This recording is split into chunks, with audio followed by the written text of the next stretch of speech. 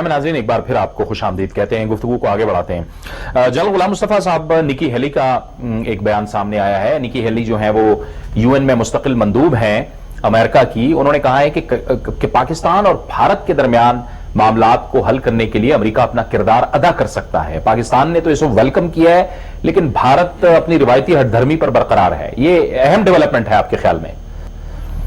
देखिए, जब ये बयान आया था तो लगा तो यूं था कि शायद डोनाल्ड ट्रंप बात को समझ गए हैं और जो ख़तरात इस खित्ते की वजह से पूरी दुनिया पर मंडला रहे हैं उनकी नज़ाकत को समझ गए हैं।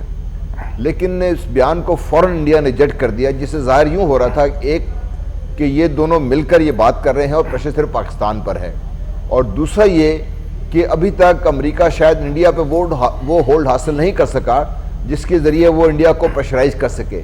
और तीसरी बड़ी अहम बात है कि शायद दुनिया को ये बताना चाहते थे कि भाई हम आपस में पार्टनर्स तो हैं, लेकिन इंडिया अपने फैसले खुद करता है, इसलिए इंडिया जो भी फैसले करेगा हम उसके साथ होंगे। तो जिस नुक्ता नज़र से भी देखिए, ये मूव पाकिस्तान के लिए नुकसानदेह थी, क्योंकि अमेरिका की सरपरस्ती में या अमेरिका के साथ बिठाकर जब भी ये बात होगी तो अब जो भारत के और अमेरिका के ताल्लुकात हैं रोज़ बरोज़ तरक्की कर रहे हैं, इनसे पाकिस्तान पर ही प्रेशर पड़ेगा, पाकिस्तान को नुकसान होगा। अगर पाकिस्तान जब भी भारत के साथ बैठे तो फिर अमेरिका की सरपरस्ती में बैठने से पाकिस्तान को फ़ायदा नहीं होगा। ये हमें समझना चाहिए, क्योंकि अमेरिका ने अपने जो फ्यूचर है, जो अपने मामलात हैं वो भारत के साथ तय कर लिए हुए हैं। उनका लेमुआ किस्म का माहिदा भी है जो एक दूसरे की बेसिस तक इस्तेमाल कर सकते हैं। अफगानिस्तान में दोनों मिलकर काम कर रहे हैं, और बाकी इंटरनेशनल फोरम्स पर भी देखिए NSG का मसला हो तभी अमेरिका टोटली भारत को सपोर्ट कर रहा है। तो पाकिस्तान जब भी भारत के साथ मुज़ाकरात में बैठे तो अमेरिका की सरपरस्ती में पाकिस्तान को बैठने से पाकिस्तान को नुकसान होगा।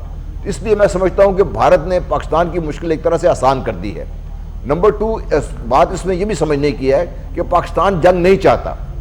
पाकिस्तान की कोशिश ये रही है कि भारत के साथ ताल्लुकात इस नहज पर रहें कि हम आपस में लड़े ना, इससे दोस्ती पॉसिबल नहीं है, क्योंकि भारत ये कभी कबूल नहीं करेगा।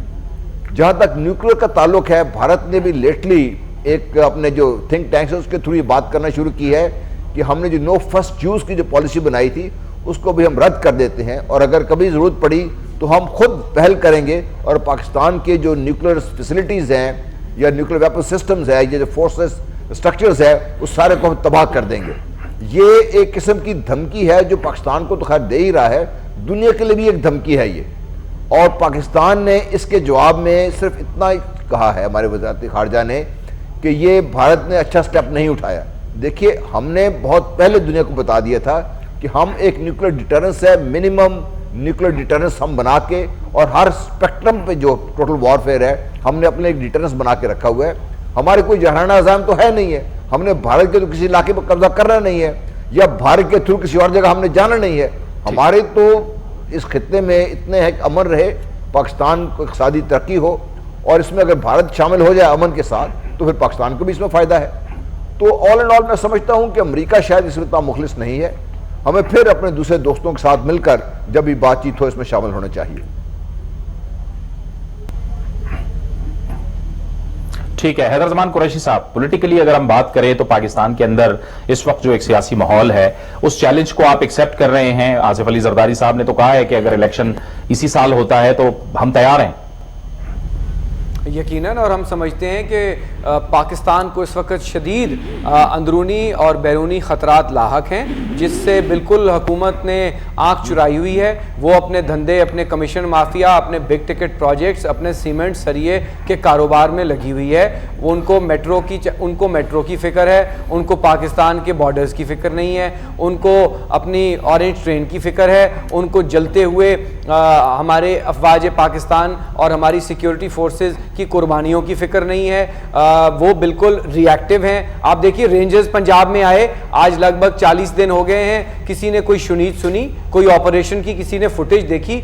सिंध में हम खुद रेंजर्स के साथ इंगेज कर रहे हैं, बावजूद इसके कि मुल्क का जो वजीर दाखिला है वो काला चश्मा लगाकर अपनी आंख से हमारे ऊपर रोज एक प्रेस कॉन्फ्रेंस कर देता है। लेकिन क्या पंजाब में आपने उस तरह रेंजर्स की एक्टिविटी देखी? क्या आपने देखा कि नेशनल एक्शन प्लान पे क्या काम हुआ?